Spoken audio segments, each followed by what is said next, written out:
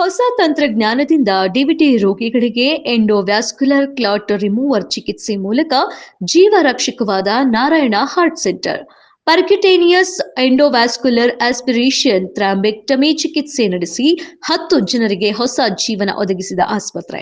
ಧಾರವಾಡದಲ್ಲಿ ನವೆಂಬರ್ ಉತ್ತರ ಕರ್ನಾಟಕ ಭಾಗದ ಅತ್ಯಂತ ಪ್ರತಿಷ್ಠಿತ ಆಸ್ಪತ್ರೆಯಾಗಿರುವ ಎಸ್ಡಿಎಂ ನಾರಾಯಣ ಹಾರ್ಟ್ ಸೆಂಟರ್ ಇತ್ತೀಚೆಗೆ ಅತ್ಯಾಧುನಿಕ ಪರ್ಟಿಕ್ಯುಲೇಟಿಯಸ್ ಎಂಡೋವ್ಯಾಸ್ಕ್ಯುಲರ್ ಆಸ್ಪಿರೇಷನ್ ಥ್ರಾಂಬೆಕ್ಟಮಿ ಚಿಕಿತ್ಸೆಯನ್ನು ಯಶಸ್ವಿಯಾಗಿ ನಡೆಸಿ ಮಹತ್ವದ ಸಾಧನೆ ಮಾಡಿದೆ.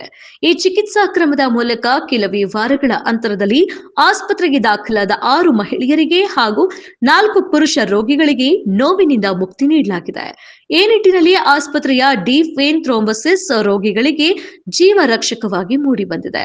ಕನ್ಸಲ್ಟೆಂಟ್ ವ್ಯಾಕ್ಸ್ಯುಲರ್ and endovascular surgeon doctor Basavarajendra Shivappa Anoora ಶೆಟ್ರು ಈ ಎಂಡೋವ್ಯಾಸ್ಕ್ಯುಲರ್ ಆಸ್ಪಿರೇಷನ್ ಥ್ರಾಂಬೆಕ್ಟಮಿಯನ್ನು ಯಶಸ್ವಿಯಾಗಿ ನಡೆಸಿದ್ದು, ಈ ಮೂಲಕ ಇಲಿಯಾಕ್ ರಕ್ತನಾಳಗಳು ಮತ್ತು ಇನ್ಸ್ಪೀರಿಯರ್ ವೇನಾ ವಾಕಾ ಸೇರಿದಂತೆ ಪ್ರಮುಖ ರಕ್ತನಾಳಗಳಲ್ಲಿ ಇದ್ದ ಜೀವಕ್ಕೆ ಅಪಾಯಕಾರಿಯಾಗಬಹುದಾದ ಕ್ಲಾಟ್ಗಳನ್ನು ಯಶಸ್ವಿಯಾಗಿ ತೆಗೆದು ರಕ್ತದ ಹರಿವನ್ನ ಮೊದಲಿನಂತೆ ಮಾಡಿ ಸಂಭಾವ್ಯ ಅಪಾಯವನ್ನ ತಡೆದಿದ್ದಾರೆ.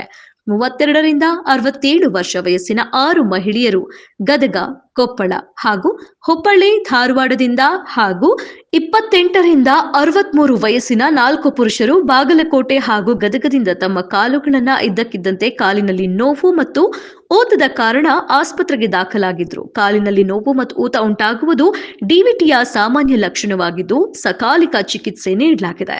ಡಾಕ್ಟರ್ ಬಸವರಾಜೇಂದ್ರ ಶಿವಪ್ಪ ಆನೂರ ಶೆಟ್ರು ಈ ರೋಗಿಗಳಿಗೆ ಮೆಕ್ಯಾನಿಕಲ್ ಆಸ್ಪಿರೇಷನ್ ಥ್ರಾಂಬೆಕ್ಟಮಿ ವಿಧಾನವನ್ನ ಬಳಸಿ ಚಿಕಿತ್ಸೆ ನೀಡಿದ್ದಾರೆ.